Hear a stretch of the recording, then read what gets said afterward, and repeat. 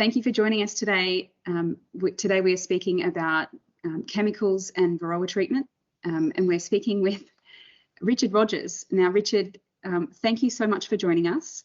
We're really glad you could be on board with this interview series, and this is our final series of the 6 in the Resilient Beekeeping in the Face of Varroa project. You are an esteemed entomologist. You have an interesting background and beekeeping backstory as well. Could you please tell us a little bit about yourself? Sure. Thank you, Bianca, for the introduction and the opportunity to speak with you.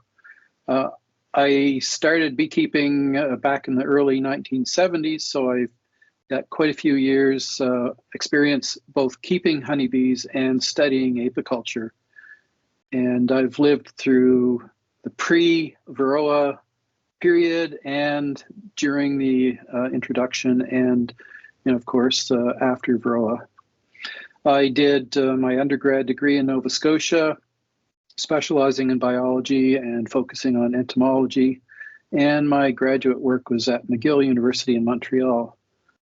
I've had the opportunity to spend time working in different capacities, all with apiculture and entomology, either in the private sector and with government and academia and industry. So I have a good cross-section of experience in those 4 sectors. And some of my interesting achievements and work was dealing with the first detection surveys for Varroa and honeybee tracheal mites. And also I made the first detections of those mites in my home province in Canada and managed the responses for both those mites as well. And I've done resistance surveys in Canada and the US where I sampled Varroa mites and tested them for resistance to Varroicides. So I have a few decades of experience doing that and feel rather enlightened as a result, but it's a lot of work doing it. And, I've also developed an efficient honeybee health inspection program and tool and have assessed various technologies for beekeeping and done effect studies for regulatory purposes and bee health surveys across North America. So that's just a cross-section of some of my bee-related work. Yeah, wow. So the interesting, you've probably got this enormous amount of information about, in comparison to Australia's situation after we've just transitioned to manage Varroa as well, with that, obviously that initial incursion. It's interesting that you'd have that background in comparison to us. I think it's been a really tough time, and it would have been a tough time, no doubt, in your country when that happened as well. So we are transitioning to managing Varroa here in Australia. What do you see as the overarching threats to bees and to beekeeping now that we're learning to live with Varroa? Well, there are challenges, but one of the myths that beekeepers should understand in your situation is that honeybees won't be going extinct anytime soon. So hopefully you won't fall into that trap where you're afraid of that happening. However, commercial apiculture is going to suffer, or could suffer at least, and it could be at risk. So that's where I think we need to focus any efforts and recommendations.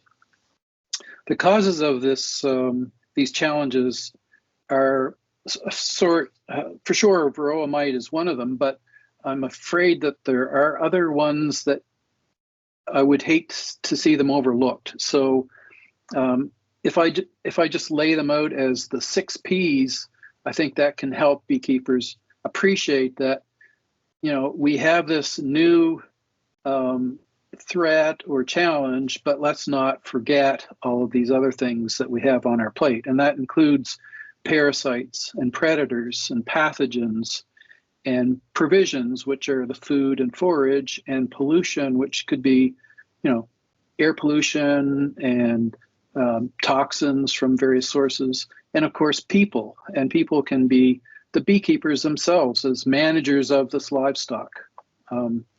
So those are some of the threats that we have to deal with. And of course, again, I'd like to reiterate, don't neglect these other disorders and threats. And also, don't fall into the trap of not collaborating and cooperating, because there's a lot of data that's going to be collected as we move forward. And it would be good if you can, as a beekeeper, can be open to talking to other people and collaborating with them and cooperating with research. I think people will be contributing to data that will be used for good purposes as a result. Yeah, we do have a really good cohort of industry that do support and participate in a lot of research. But yeah, we're going to see a lot more of it in the coming years. And yeah, the information that we can gather from data and things like that can make a huge difference. We've talked about that in some of our previous interviews about the value of data and what we can do with that in terms of funneling research into particular areas of need that we can identify with that data. So yeah, that's a really good one. It is going to be very different. The pressures will be different. So we'll need to know where we can invest things down the track. We've talked a little bit before about a shift in the mindset of the industry. We need to consider that we've got to change our mindset as beekeepers. Given Varroa will become endemic in our country, what is those expected shifts in mindset that beekeeping sort of will have, do you think? And it's a very good question. I had to go through that shift in mindset myself because beekeepers are traditionally very independent people, resourceful, innovative, like to do what they like to do. But when things change and it affects a whole industry, you have to be more cohesive. So that's one thing that needs to be changed, is a willingness to work together. Also, you need to embrace change or be willing to embrace change. And change is inevitable. In the next few years, you're going to see rapid changes, or at least the need for change. So if you kind of stand in the way and block those changes and say, I'm doing it the way I always did it, then you will not be successful. So, and it will probably hurt the industry overall. So it needs to be a cohesive effort.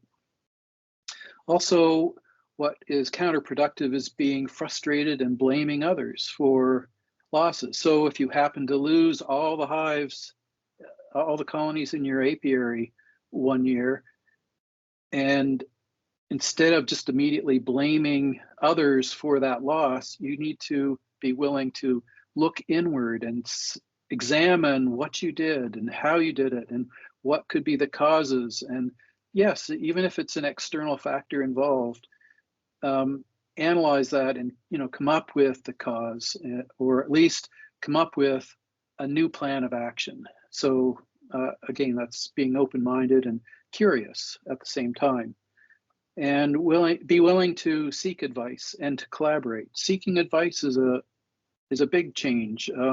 Like I said, being a beekeeper, I felt I could be independent and make my own decisions, but there are lots of things that I didn't understand, or I thought I understood, but really I didn't. So you do need to seek advice. And finally, if the industry could embrace collective learning, in other words, individual beekeepers can learn on their own, but if you learn as a group, you end up approaching problems in a unified way. So in other words, you can develop regional strategies instead of everybody doing something differently, and they don't mesh together. Do it collectively and learn how to do it collectively. And so you develop standards, you develop processes, you develop knowledge, and you share all of those things collectively. So those are just some of the mindset changes I see. Yeah, a great benefit to be able to do that collectively. I agree. we were talking a little while back about something that you've really refreshed my brain around, which is the cycle of crisis. It's relevant to the bee industry now in more ways than we might realise. Absolutely. Well, I don't know who developed the concept of cycle of crisis, but I know I was introduced to it many years ago as a business theory. And I immediately at the time recognized that it was applicable to beekeeping at the time, because I was actually working on the transition of beekeeping when Varroa first appeared in Nova Scotia. So my efforts for that transition were much clearer when I applied the cycle of crisis to it. And a couple of principles is that every crisis ends eventually. Now, Varroa has been going on for 40 some years, since it escaped its original geographic distribution. But and pandemics like even COVID is, yes, the crisis will end eventually, but boy, it takes a long time sometimes. And what we need to be afraid of is knee-jerk reactions. So in other words, something happens and we do something in response, but it's not the right thing. So the very first step when you consider the cycle of crisis is to, yes, things are going to happen to you, and chaos and havoc are going to ensue, but you should immediately start assessing what's happening, what is different from what you normally did, what did the industry look like before, and how is it transitioning, what's happening to it, and develop some coping skills and some attitude changes, like we've already talked about attitude changes. And so you move from a normal type of beekeeping to chaos. And as soon as you get into chaos, you need to start reacting in a positive way, so you don't fall into that trap of being frustrated and blaming and you're just spinning your wheels and not getting anywhere. So now you're doing your self-assessment, and now you can move into a reflection phase where you can put some of the things you're learning in this thought process into action. And when you put those into action, then you move into rebuilding. And that's where you guys need to be within a couple of years, 2 or 3 years. You should be in the rebuilding phase and maybe past the chaos phase. The problem is that once you get into rebuilding, you can have a lot of successes, but then you will also have some failures which drive you back into chaos. So again, don't fall into that trap where I'm in chaos and I'm going to throw my hands up in the air and give up. You use that new chaos or that new setback as a learning opportunity and get back into the rebuilding phase. And from there, you can progress, hopefully, to a new normal, which will be a bee industry that has very skilled beekeepers, sustainable practices, few setbacks, and just a higher level of practice. So that's the cycle of crisis. And hopefully, if you understand that and try to place yourself in that phase where you are in the phases, then you can make some suitable decisions on how to proceed. Yeah, and knowing that it's not a forever thing, that it doesn't last forever. And if we can apply some positivity and learning and opportunity within those challenges, we do see a light at the end of the tunnel. Exactly. It can be really difficult. And I've been through some challenges with Varroa as well, losing colonies and things, and it is difficult to get back up and going. But it's an important concept to consider, being in this space as beekeepers. And even if the beekeepers listening and watching this back, don't have Varroa yet, it's still something that the crisis and the chaos will, they'll find it eventually, won't they, when they end up having Varroa. So we wanted to move into the purpose of this particular interview is really focused on chemicals. And I wanted to ask you sort of what we as beekeepers should be looking at and assessing before we can make a management decision for Varroa.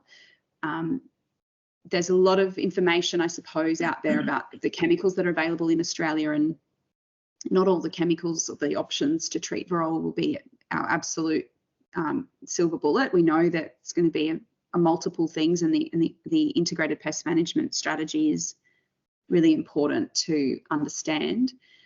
But can you tell us why that is? I think when we discuss what we assess before we can make a management decision, my line of thinking would be on that integrated pest management kind of pathway or pyramid.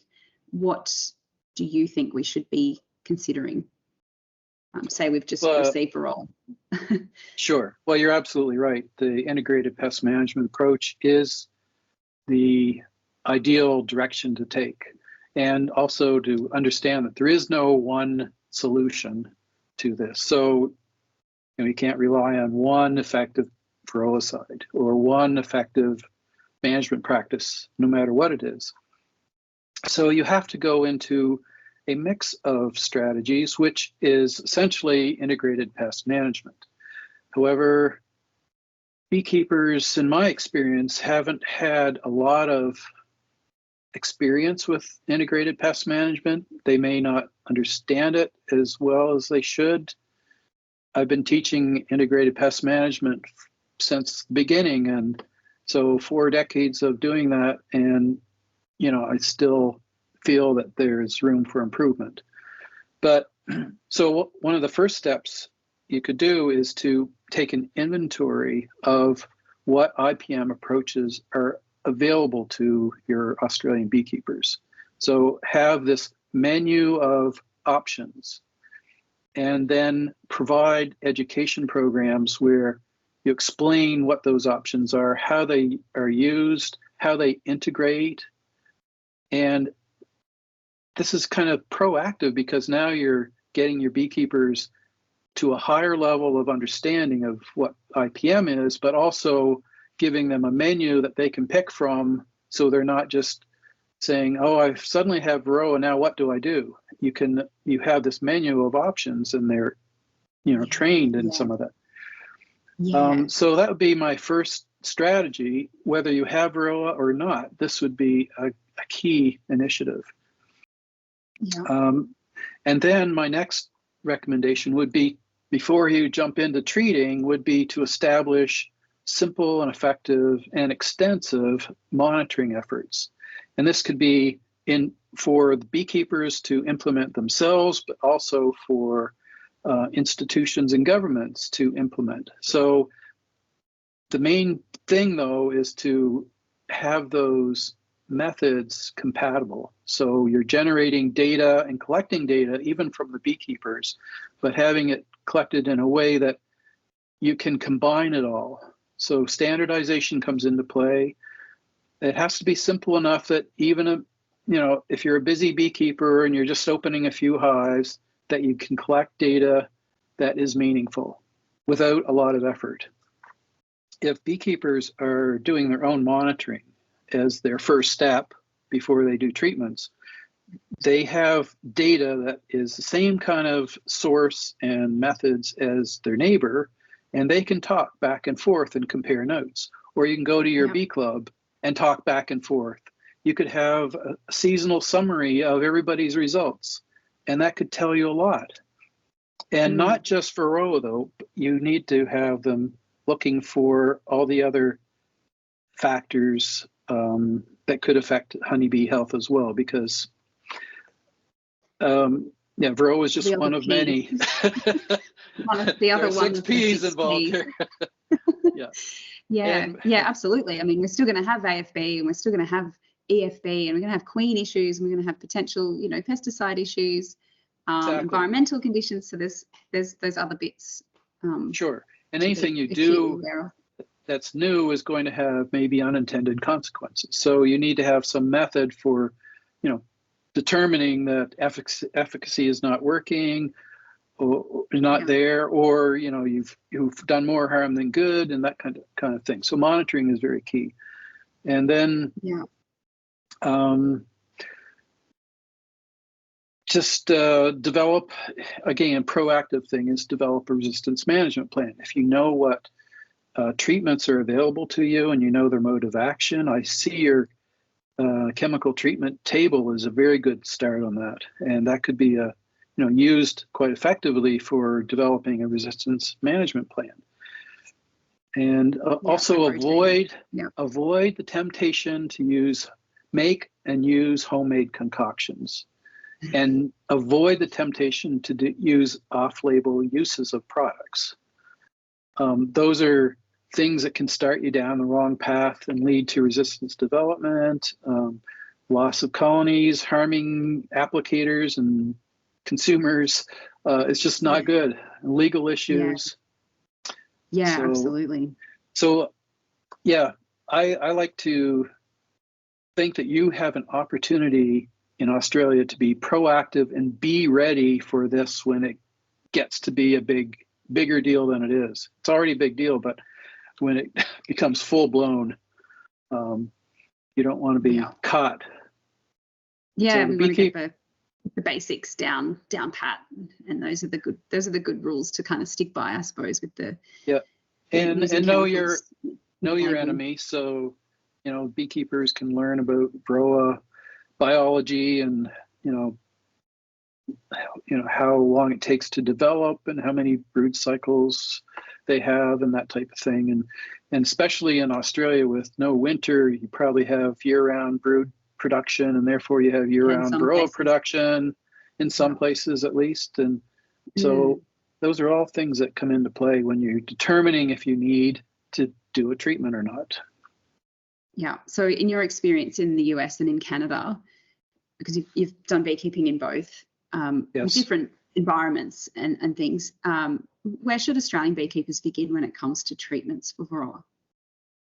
Where do you think we should sort of start thinking, just in terms of keeping colonies going? And what experiences have you had when you first began looking after your bees with Varroa? Well, we didn't have any model to follow when we started, so we made lots of mistakes. And we used things like tobacco leaves burning in your smoker and things like that. Don't do that. Did they work? It knocks the mites down great, but that we only used it as a survey tool, but I'm aware of others using it as a treatment, so let's not do that. But so first off, your treatments should rely on methods other than Varroicides. So immediately start with, how can I slow down or stop Varroa mite reproduction? And that can be through, you've heard of drone brood removal. I'm sure the beekeepers all have even tried it before. That's not highly effective, but it can beat them back a little bit. More effective would be eliminating all brood entirely, and there's different ways to do that. You can cage queens, you can do splits, queenless splits, and there are various things like that. And then you can use maybe softer products like thymol, or any other organic type products that might become registered in Australia. So I would use those first, but always with the idea that I'm not expecting 100%. I'm always going to have mites in my hive, regardless of what I do. Yeah. But when they're showing a trend of upward mobility, then I need something at those critical times to, really knock them back. So save your best Varroicides for those critical times. That would be my big advice on that front.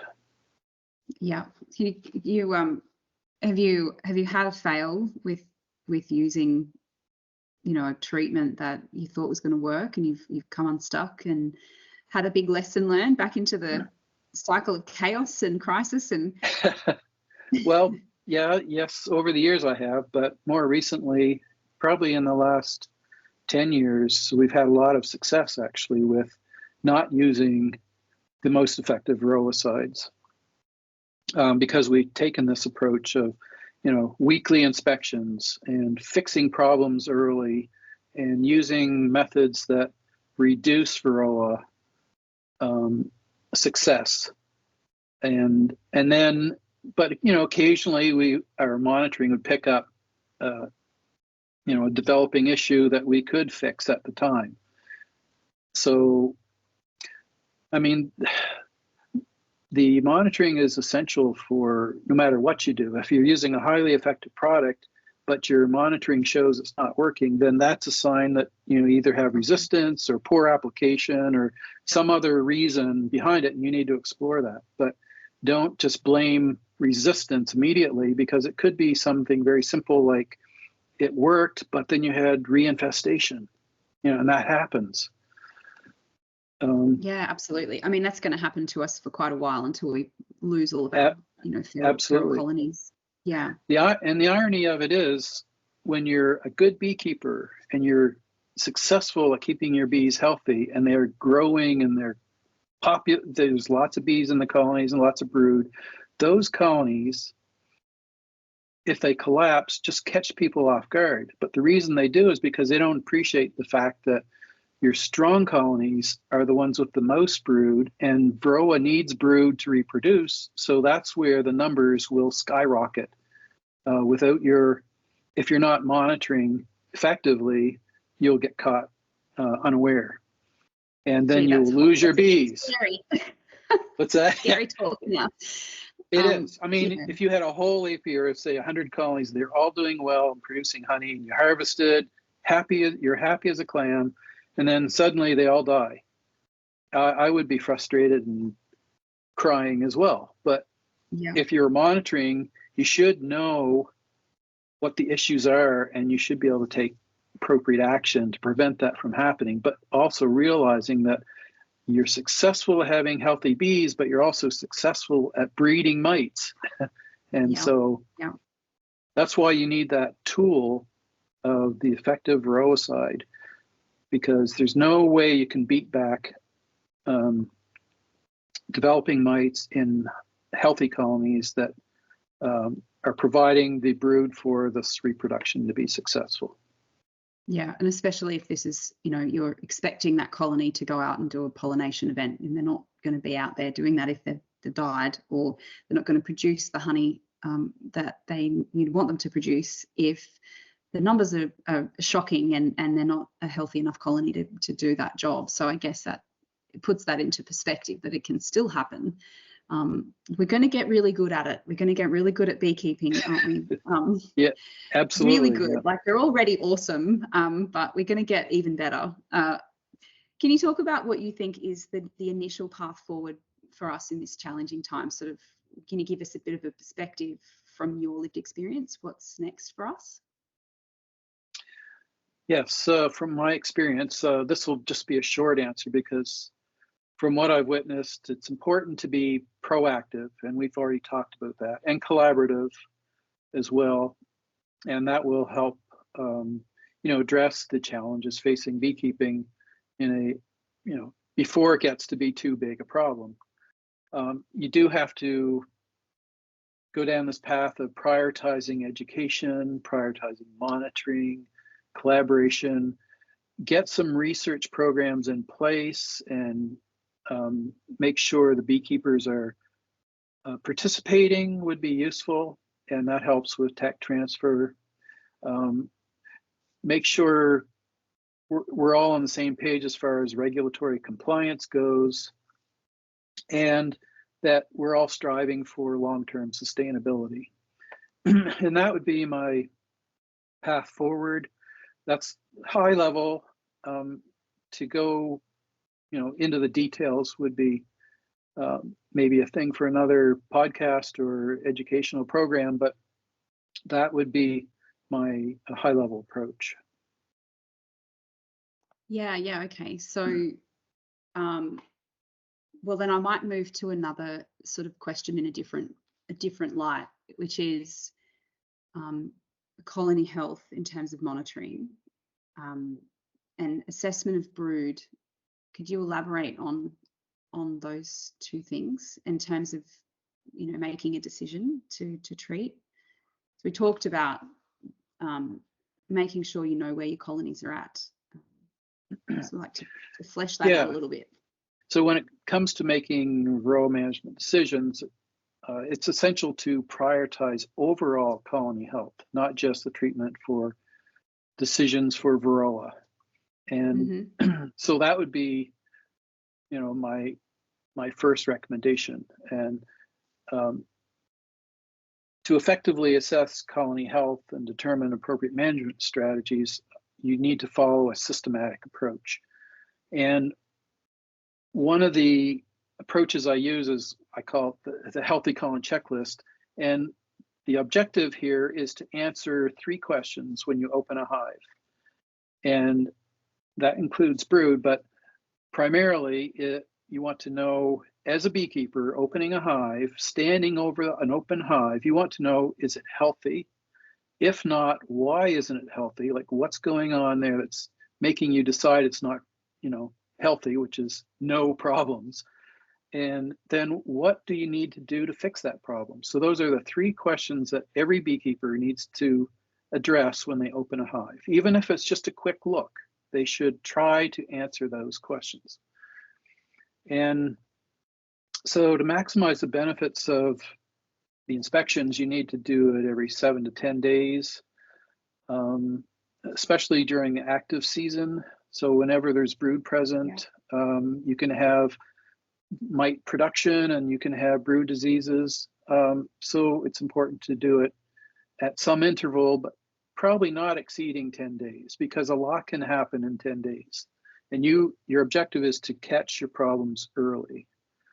Yeah, because I think that's a really good way of, I guess, giving people a bit of a chance to say, well, if you follow this and it's systematic, you eventually get really good at that, and you save yourself a little bit of time in that being monotonous and continuing with something that's really the same all the time gives you an overall fairly decent, quick approach in the future. I guess you can get used to it.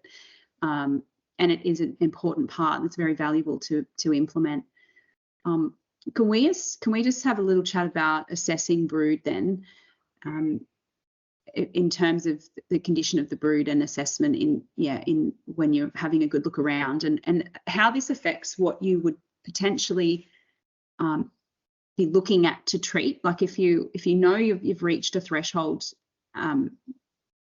what would we want to be looking at in terms of brood assessment to make sure we don't, you know, hit them harder than we need to? Or I just wanted to pick your brains about that one. For sure.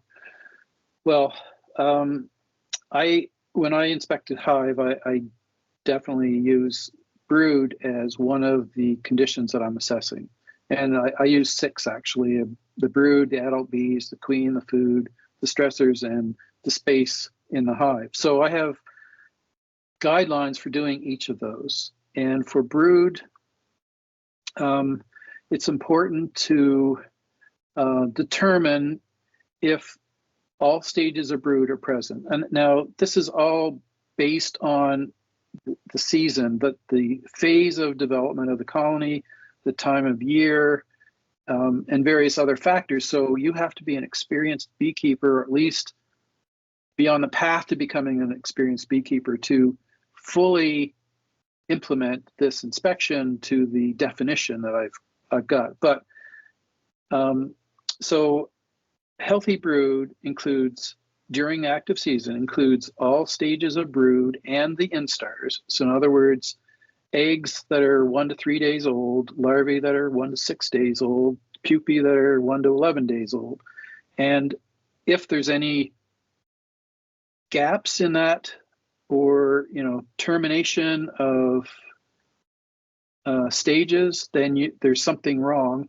And you also have to kind of use your experience to determine if the abundance of each of those, or the comb coverage for each of those stages, is appropriate.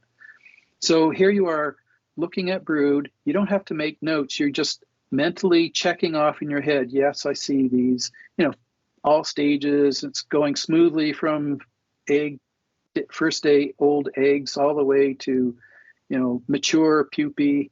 So I'm good to go, and there's abundance of brood there.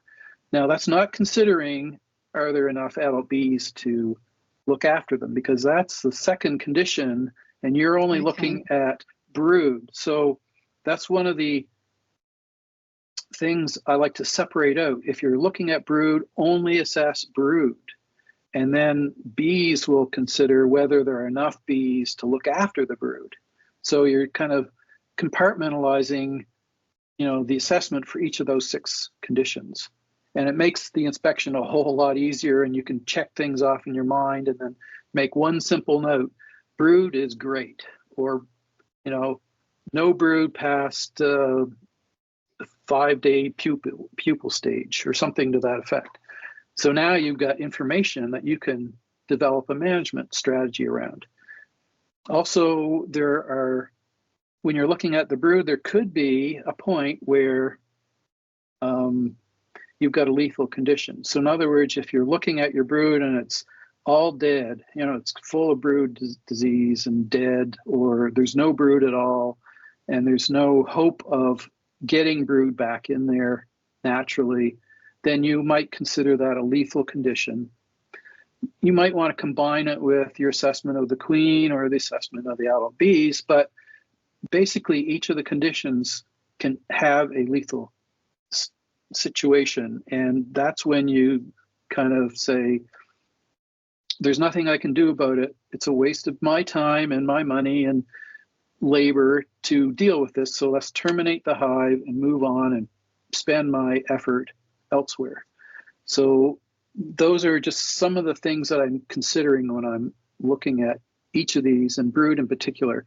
Now, I've heard from some beekeepers who I've trained to do this, that initially they would say, well, I don't know how to assess brood, based on these criteria. I've had beekeepers who need glasses to see the eggs, and they've never worn glasses the whole time they're beekeeping. And so they say, well, I don't know if I have eggs or, young larvae because I can't see them.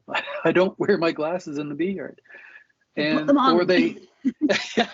or they just don't know that there are, larval instars, and they don't know how to tell them apart anyway, even if they do know that. So that, to me, gives them the opportunity to assess their own abilities at assessing brood. And when they realize that, I don't know how to do this, I better go ask somebody how to do it, or read up and learn myself how to do this. What does it look like? What do the different pupal stages look like?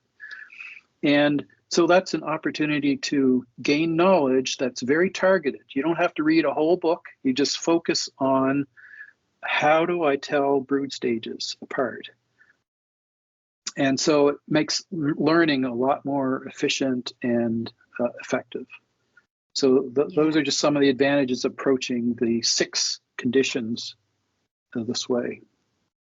I don't know if I've answered your question. I'm probably you have. I think it's important. I think we have to understand the different cycles of our colonies in the environment, and how the brood is affected by that. In the build-up phase, these are the things you're explaining. You want to see all these ranges, and if it's not what you see, what's the reason behind that?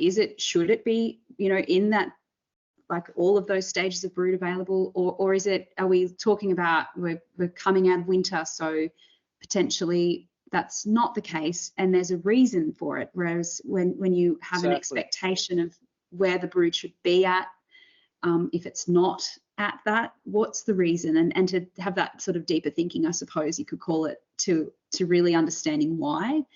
I think you've answered that, really. I think understanding it in terms of those things are really part of what you've said. And I guess the other part of this question too, which probably isn't as clear, is understanding the colony phase, and when you say do an alcohol wash and you understand the numbers of Varroa in that alcohol wash, that it's incentivizing you to think of a way to treat that colony.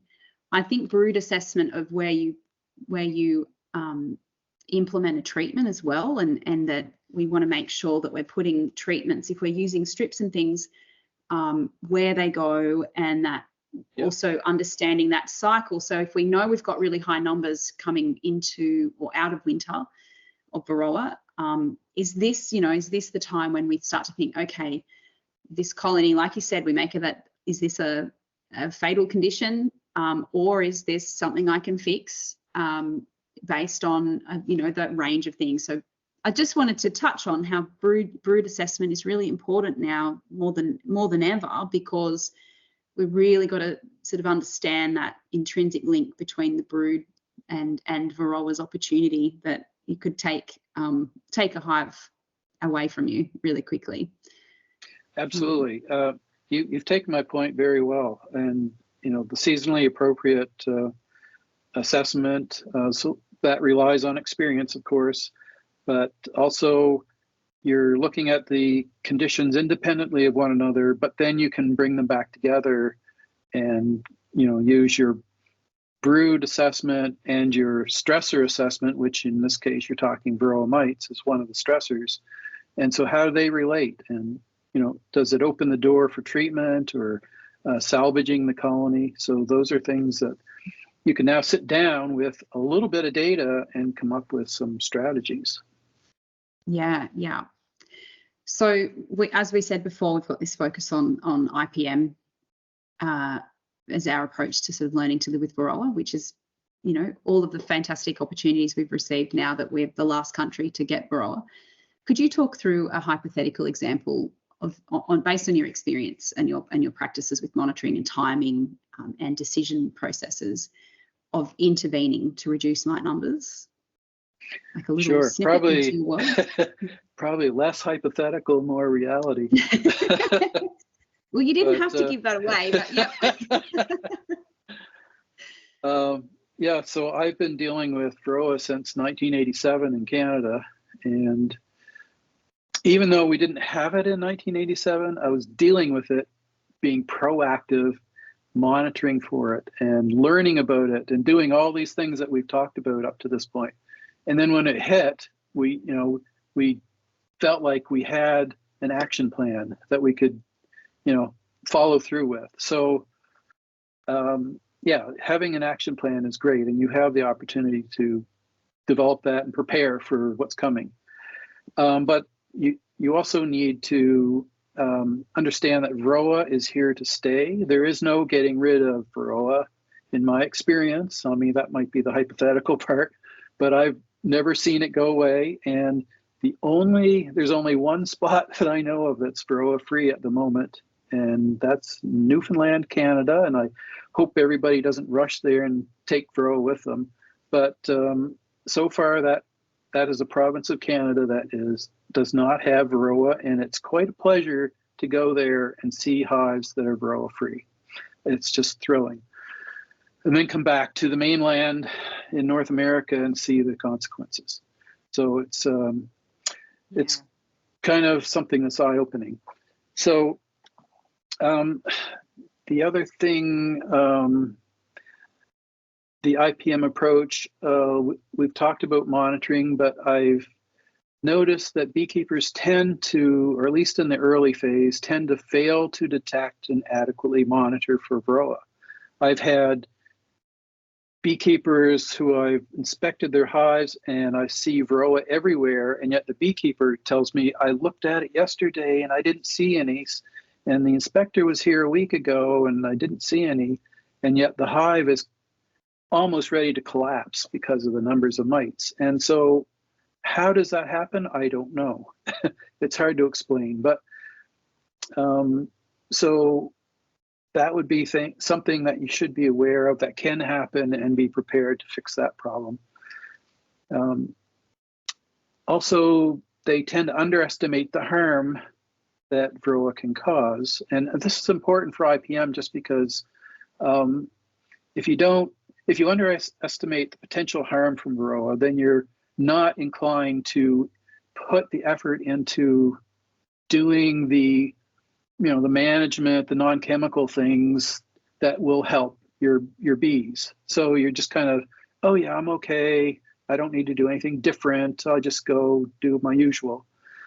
But so that underestimating the potential harm is an oversight.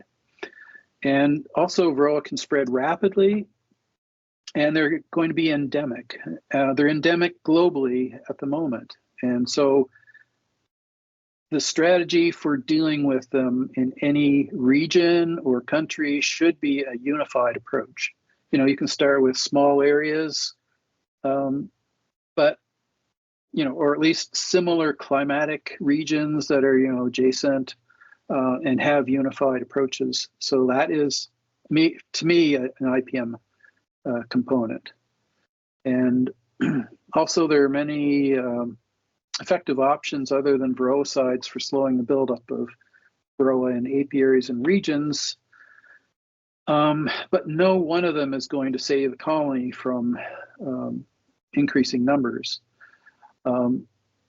Therefore, you need some kind of Varroa thresholds to help you determine when your methods aren't maybe being effective enough. So you have a reference value. If you can do sticky boards, for example, and you don't have a reference value, then you don't know what you're looking at. You might see 20 mites and think that's a high number, and the next person would say it's a low number. So you need reference numbers to go by. Yeah. And also highly effective Varroicides in an IPM program are useful because they have really good knockdown of Varroa mites to acceptable levels. But if you do that repeatedly, even when you don't really need that effective Varroicide, you're just going to be shooting yourself in the foot, so to speak, because the mites will develop resistance faster, and your expenses will be higher as well. So there's that kind of negative aspect to it as well. But just save your effective Varroicides until they're absolutely needed, and the benefit from them will be the best benefit you can get. Yeah, yeah. So can apiculture be successful without the use of pesticides for Varroa? It depends on how you define success, because as a hobby beekeeper who's not relying on their bees for income, you can keep honeybees without Varroicides. And you may get surprises and losses, but you can also take the more severe approach to managing them by splitting colonies and using softer treatments, or you could even use overwintering buildings if you wanted to put your hives into a cold storage unit for a period of time. Winter is the mite's worst enemy, so if you prepare your colonies correctly and put them in cold storage, you might actually knock mites down that way. You can use heat treatments and various things, all very time consuming, could be expensive, only doable by hobbyists. And so success to them is just enjoying their hobby. But as a commercial beekeeper who depends on income from hive products and pollination, I'm afraid you will not be able to manage your bees without occasional use of Varroicides. And I'm somebody that will, in my research program, I would avoid the use of highly effective Varroicides as long as possible. We could even go years with really good wintering success, really manage Varroa numbers, but we would always eventually end up with having to use a Varroicide to get back. And I mean, that even happened in apple production when I was dealing with orchard insects. We could manage a pest for 2 to 3 years using progressively, a range of practices, and until 1 year, usually like the third year, was when the pest would overcome our management tactics and then need an insecticide. And the same thing is true in honeybees in commercial operations. And there are reasons for that, because commercial beekeepers often keep their hives in large numbers in one location. So they're exceeding the carrying capacity of the area. You're getting more drifting, you're getting more exposure to infested hives, maybe from hobbyists, for example, or even from themselves or neighbor beekeepers. And so you've got those other complications to deal with. But the bottom line is that pesticides are not the sole solution. They are valuable tools, and they can be utilized when needed. But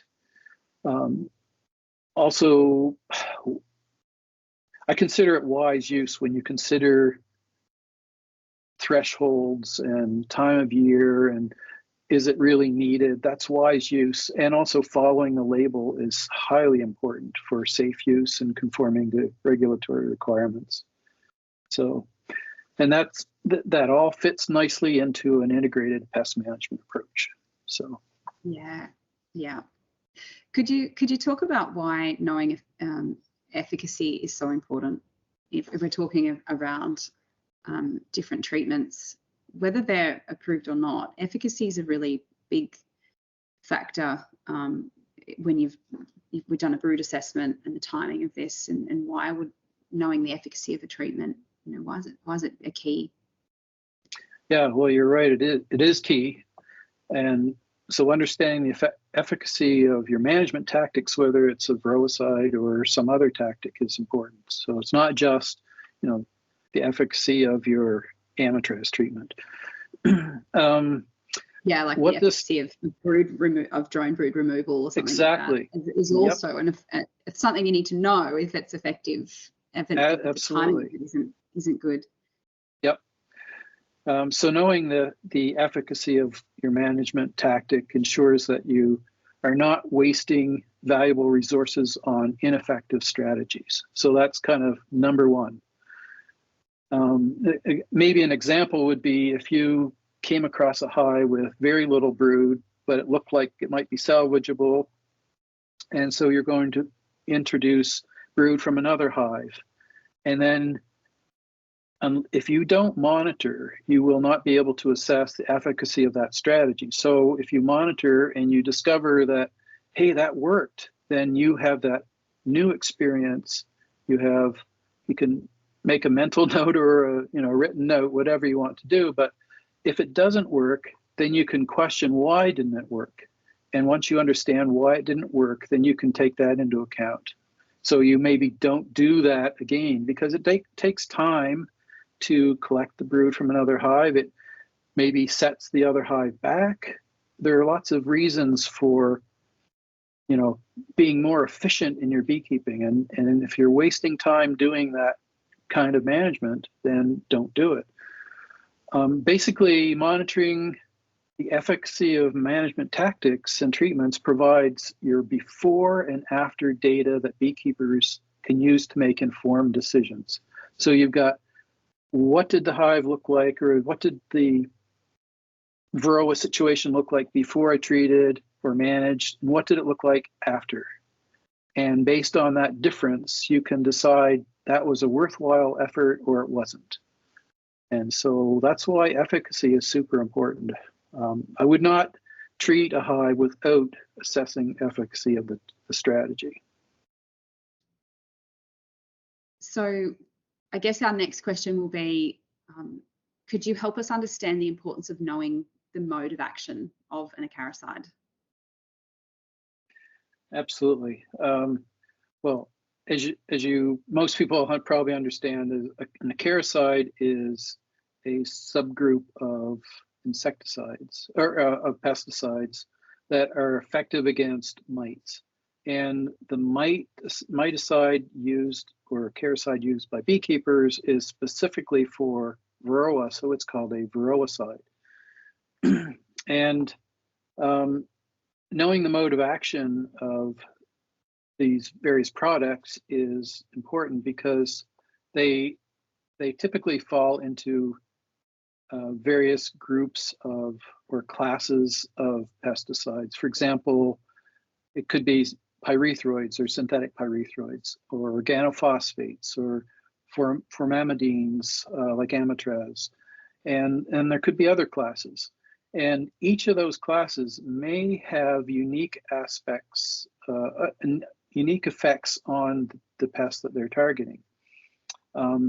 So if you want to manage resistance, then you need to use products that don't have a shared mechanism or mode of action for affecting the pest.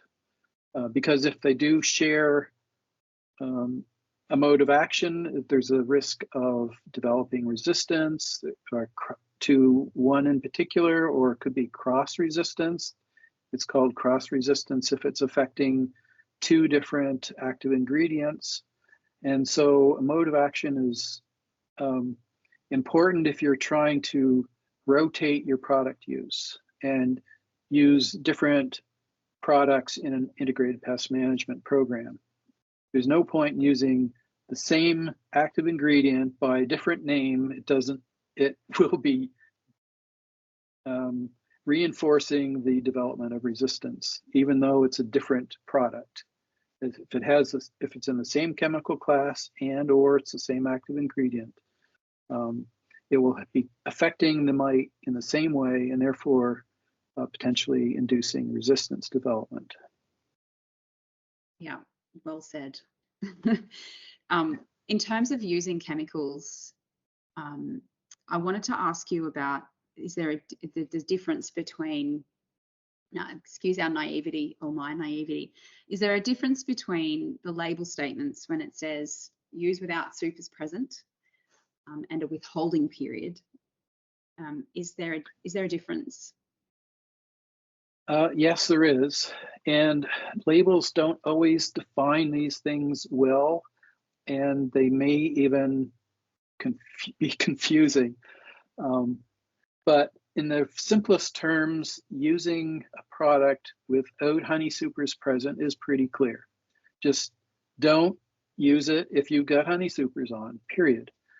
Then you've got withholding periods, which could be combined with or without honey supers present. But let's say a lot of times they say no honey supers present and a withholding period of like 0 or 2 days or 4 days, whatever. The withholding period is simply referring to the fact that you should not extract honey and use it for human consumption until after the withholding period is over. So with or without honey supers, the label will state whether you can do it with or without honey supers, but the withholding period is less flexible. If it says 0, then you can, as soon as you take your treatment off, you can harvest your honey, or you could put a honey super on. Or if it says 4 days, then you can put your honey super on after 4 days, or you could harvest your honey if there is a honey super on after 4 days. So you have to consider what the label says with reference to both of those criteria. Yeah, and take good records so that you can remember what Absolutely. you're up to, where you're at, and where that line in the sand, I suppose, about the withholding periods especially, that you know that you've got that confidence, you've taken the records, you're that how good's your record keeping? Is it improved now that you're managing with Varroa? Because I feel like we're going to have to improve a lot in Australia. Absolutely. To manage. Yes, I would be surprised if you don't need to improve your record keeping. Always room for improvement. Yeah. Although I've always been impressed with Australian beekeepers and their support system. So Australia has always been, high up on the pedestal for me. But Oh, well, there that's is room for lovely. improvement. Our community of beekeepers will find that a lovely compliment to all of us. This is probably getting close to near the end, but I just wanted to ask two more questions. Can apiculture be sustainable with Varroa? Yes, it can indeed be sustainable with Varroa, despite the challenges of Varroa mite. And the reasoning is that, or the evidence that I am using to say that, is that historically, and despite the presence of Varroa, for decades, beekeepers have continued to maintain bee numbers, bee colony numbers, and sustain their operations. And I mean, there's clear examples of that in Canada and the US. You do have these glitches of numbers going up and down, but those often are driven by socioeconomic factors and not necessarily Varroa or climatic factors. And then from the development of Varroicides and innovations like technologies for sensors and things, those are contributing to my optimism for sustainable apiculture. The more data we have, I think data is key, and having smart beekeepers as well as smart hives and lots of data and analytics to go along with it, and communication to support the dissemination of findings. That's all key, and I think we have the capability and the desire to do that. So, and also beekeepers are persistent. I mean, they have perseverance and tenacity, and they're instrumental in overcoming the challenges just by not accepting that, you know, they could have, you know, higher losses as a result of these challenges. So they're going to try to take the appropriate actions to reduce the losses. And and since we've had Varroa in North America since 1987, and, you know, kind of endemic all throughout North America since the 90s, we still have the ability to fulfill pollination contracts in almonds of 2 million colonies. We still have honey production that's often record breaking. We still have winter losses, low winter losses, except when, you know, beekeepers maybe aren't doing the best job, or they've overlooked something, or, you know, some extraordinary event happened. You know, those are things that beyond their control. So I'm very optimistic. The only thing that might become problematic is if we lose all efficacious Varroicides, and viruses maybe take on a new form, or they're more transmissible or more detrimental, like have greater effects on the bees. Deformed wing virus is one that is, you know, really quite serious problem. And if a new variant, there are already multiple variants, but if there's a new variant that is even worse, then, and we have a vector of the mite transmitting a more virulent virus, then we have a formula for disaster again. So, or if we get a new parasite that also kind of vectors, so we have multiple vectors, that would even be more problematic. What if tropicalaps is on your doorstep, you know? And then it becomes overwhelming. So if we're not overwhelmed and we continue on this path, I think I can be optimistic. Yeah, there's a lot to learn for us, but I think you're right. I think the rest of the world has dug deep and found that opportunity to come out of the chaos and appropriately take on new things that will help them be better beekeepers. That they've got through that, and they continue to work hard at it. So, final question. This has been really lovely to chat to you, but I've just got one more that I ask everybody, and this is the final one for the series. What advice do you have for Australian beekeepers who are learning and adapting through this new challenging phase? How can we stay on course? Well, this answer is kind of rehashing some of the things we've already said, but it's also just in bullet form. It's just kind of a list of things that you can focus on. And one of them would be, the first one is understand the cycle of crisis. And we've already talked about that. Also, continuous learning and adaptation. You have to be open to, you have to be, do that intentionally. Learn and never stop learning. And you will never know everything, and you will never always find the answer. But you need to keep working at it.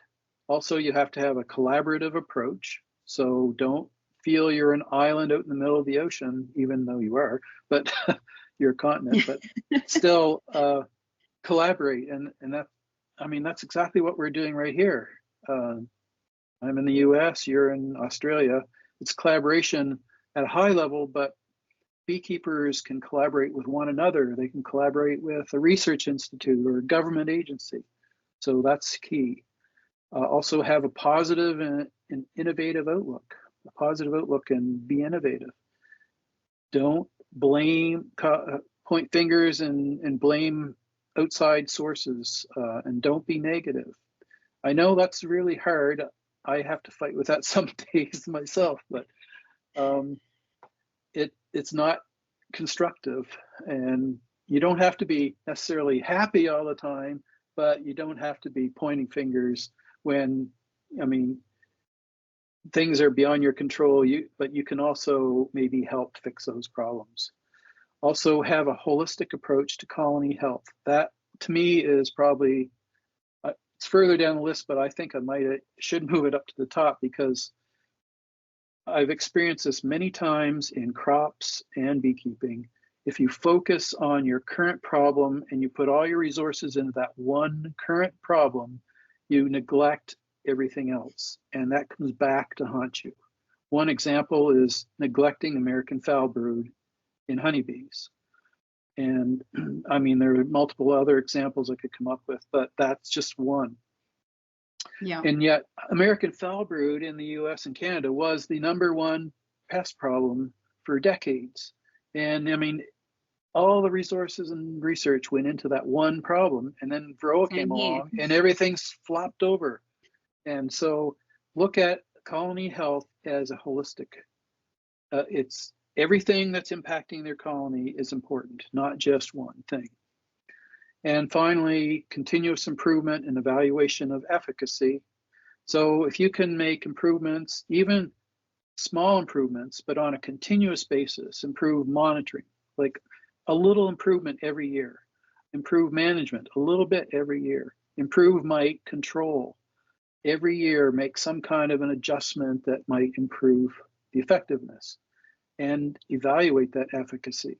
And so just having that mental shift to saying, I'm going to work on these 3 things, and there might be small advances, but they add up over time, and I just become a better beekeeper as a result. So those are my 7 tips for moving forward in Australia. Fabulous. Fantastic. Yeah, look, I think you've given us so much. You've shared some really awesome information. You've shared your experience. We're absolutely grateful for you participating in this series. And look, yeah, people will be able to purchase the book and have a look through that. It's been fabulous chatting to you. Thank you for imparting your knowledge to us. I'm sure that our community of beekeepers in Australia will really have benefited from listening back to this down the track. So thank you so much, Richard Rogers, for joining us on the AgriFutures podcast and the interview series for Resilient Beekeeping. Well, it was a pleasure talking to you, Bianca, and I hope that you and the beekeepers have great successes in the future. And so do I. And I'll be following your progress for sure. So thank you so much. Thank you. Bye-bye. Bye-bye.